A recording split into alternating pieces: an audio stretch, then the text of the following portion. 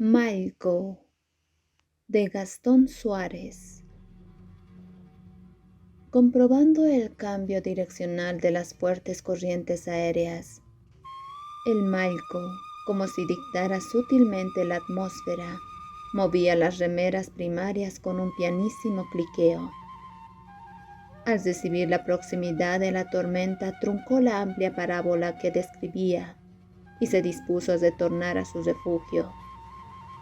Pero no bien estabilizó su vuelo sobre las crestas montañosas, un tremendo sobresalto lo sacó de su pacífico gozo cuando vio emerger por entre las nubes el cuerpo enorme del pájaro mecánico, que desapareció casi enseguida detrás de un risco, roncando, tosiendo, desfalleciente, cual si fuera un gigantesco cóndor herido de muerte. No había acabado de salir de su impresión cuando un pavoroso estruendo estremeció los aires que repitieron por algunos segundos los sordos estallidos y los llevaron después rebotantes a apagarse en las profundidades de cuchillas y roquedades. El Malco vaciló en los aires, pero luego, tomando mayor altura, se puso a sobrevolar el lugar del siniestro. Y allí, ante el hórrido, túrbido espectáculo, brillaron sus ojos, y su ánimo se llenó de indefinibles sensaciones. La carne fresca cuarteada y las entrañas sanguinolentas, entremezcladas con los hierros retorcidos del cuerpo del avión, cuya carlinga, como la cabeza de un coleóptero, yacía apartada y hundida en la nieve, lo intrigaron y lo mantuvieron girando en las alturas, nervioso, indeciso entre su curiosidad y su miedo, hasta que la lluvia fría, violenta, lo obligó a enfilar a su montaña. En la cueva, cuya cálida temperatura contrastaba con la frigidez del ambiente exterior, Naira y el pequeño cóndor muy juntitos se arrullaban con plácida ternura. Cuando el Malco llegó excitado, emitió una serie de graznidos y silbidos en un intento sin duda de comunicar al resto de las aves sobre su hallazgo. Pero sea por el mal tiempo o porque ese día ya tenían satisfechas sus necesidades, ninguno de los miembros del grupo se movió de su sitio.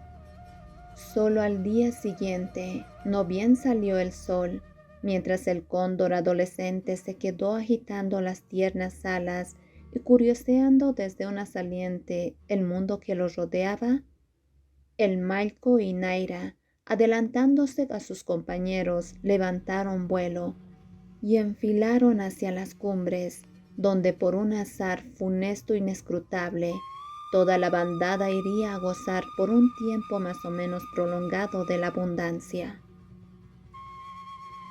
Después de algunos aviones durante los primeros 3 días, habían pasado zumbantes a gran altura, tratando sin duda de ubicar los restos de la nave en la soledad de las altas cumbres. Solo un alborotado rumor de aletazos y graznidos perturbaba el ambiente. Una cincuentena de cóndores y algunos rapaces menores como caranchos, halcones, gavilanes y águilas blancas se aplicaban a llenar sus buches con desenfrenada avidez, oscuramente impulsados a compensarse de sus torturantes horas de hambre. Encandiladas por la enorme cantidad de alimento, todas esas aves día tras día se entregaban a destempladas comilonas hasta quedar totalmente aletargadas, con un creciente orgullito, como si la abundancia las hubiera garantizado una vida eterna al realizar vuelos definidos de ida y vuelta de sus refugios a las cumbres. Sin el acicate de la necesidad, parecían haber caído en una lenta degradación de su naturaleza. El Malco, al cabo de una semana de participar del festín, lejos de sentir contenimiento y plenitud, empezó a agitarse nuevamente por oscuras ansiedades. Una mañana, después de consumir parte de su bofe blando y sanguinolento, se puso a restregar en la nieve prolijamente su pico y su cuello, tal si efectuara un acto de ablución. Luego alzó el vuelo y se posó en un risco cercano. Y allí asumió ese aire tan suyo de quedarse mirando la lejanía con obsesiva fijeza, como si meditara en su acción futura. Al caer la tarde, sintiéndose incapaz de ajustarse a las normas y límites de su especie, se decidió a aprovechar las últimas horas de luz y lanzarse a los aires en los que se encontraba consigo mismo, volando en forma oblicua. Primero se dirigió a su refugio, donde Naira, tierna solícita, alimentaba al pequeño cóndor. El Malco, desde su altura, girando a media velocidad, se quedó contemplando largamente a su familia. Naira, orgullosa, plena de regocijo, desgarraba la carne que su hijo engullía con aparente displicencia. El condorcito, engreído, presumido, se empinaba, agitaba las alas y emitía desafiados silbidos, demostrando su íntima alegría de vivir.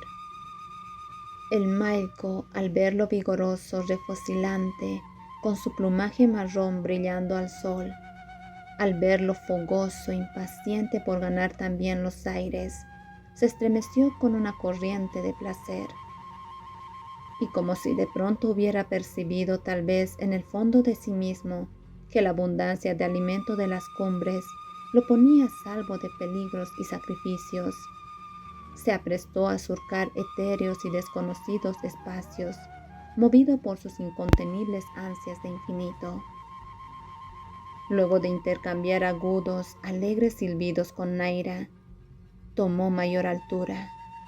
Describió aún 2 amplios círculos sobre el refugio al que iban retornando, satisfechos los demás miembros del grupo, y tomando una favorable corriente de aire, se lanzó en línea recta al ligero rumbo al oeste. El sol todavía alto y la suave temperatura de la atmósfera apaciguaron. Regocijaron el ánimo del Malco, que se desplazaba con inusitada potencia, como si se hubiera impuesto la misión de abarcar por puro placer inmensurables distancias. A 160 kilómetros por hora bajo su poderosa vista, tan pronto pasaban ásperas ondulantes serranías como sinuosas umbrosas quebradas, o verdes anaranjados, morados sembradíos de papa, cebada y quinoa, o grises aldehuelas indígenas, de donde se levantaban perezosas columnas de humo. El rumbo que seguía sobre la inmensidad de la meseta andina le hizo alcanzar vastas, desnudas zonas en las que el viento, la piedra y la paja brava melancolizaban las lanudas estampas de guanacos y alpacas, y hacían más dramática la acechanza de los pumas. Zonas parduzcas, erosionadas, cruelmente resecas, terriblemente soledosas, que replegaron por un buen rato sus exaltaciones. Pero al dejarlas atrás, y cuando descubrió un valle donde delgados arroyuelos y pequeñas lagunas espejeaban con los últimos rayos del sol, el enorme pájaro errabundo volvió a animarse.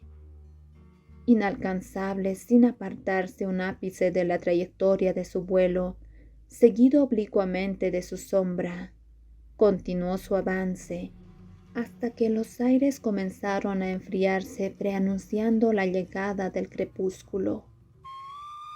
El Malco, empecinado en ganar terreno, siguió volando, pero la brusca entrada del sol hizo crecer rápidamente las sombras, y recién entonces, ante la escasa visibilidad, se decidió a descender. Bajó el pico y enfiló hacia unas colinas escarpadas. Posándose en un peñasco, echó una rápida mirada a su alrededor. La soledad era absoluta.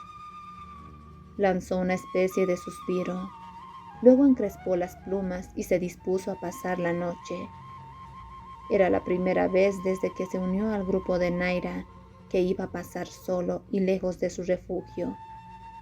pero se sentía íntimamente complacido, vibrante de energías, dispuesto a continuar al día siguiente su peregrinaje por rumbos extraños, en obediencia a esa fuerza misteriosa ineluctable que lo llevaba a buscar sin desmayos quién sabe qué beatífica identificación o plenitud de su ser. Bajo la lóbrega bóveda del cielo, con estrellas emitiendo agónicos destellos desde su profundidad, envuelto en un solemne y sobrecogedor silencio, el malco hundió el pico en una ala y, arrullado por una suave brisa, se dejó llevar por las ondas sosegantes del sueño. Las primeras luces del amanecer hacían esplender en sublime combinación los rojos, amarillos y violetas de los celajes.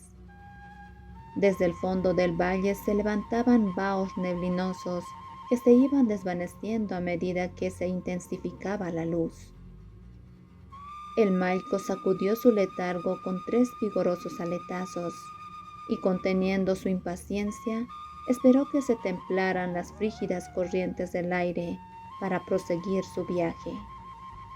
Torciendo la cabeza de un lado a otro, estuvo por varias horas observando con escrutadora prolijidad la quebrada y grandiosa conformación de ese mundo azorante en el que el tiempo parecía discurrir con pesada lentitud.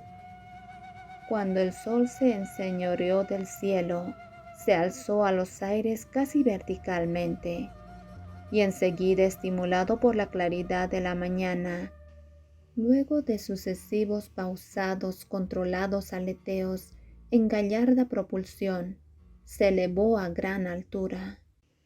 Momentos después, con su plumaje coruscante y sonoro, siguiendo su trayectoria rumbo al oeste, avanzaba a velocidad de vértigo, observándolo todo, hasta que su atención fue atraída hacia una hondonada, donde dispersos hatos de llama y ovejas pastaban tranquilamente. Con una leve torsión de sus alas redujo la velocidad y entró a dar vueltas sobre las desprevenidas y mansas bestias. Empero, a los pocos minutos de estar definiendo su acción, prefirió pasar de largo al oír los furiosos ladridos de algunos perros, que más que atemorizarlo, lo precavieron contra la evitanda presencia del ser humano. Las pasadas experiencias lo habían tornado cauteloso, y sabía que el hombre era un enemigo implacable y terrible. Dejando atrás la tentación y el peligro, volvió a la serenidad de su vuelo. El sol calentaba con fuerza desde un cielo límpido, y el aire purísimo llenaba sus pulmones, haciéndole sentir mirífica la gracia de la libertad. Pese a las primeras insinuaciones del hambre, todo su ser se iba anegando de un dulce sosiego.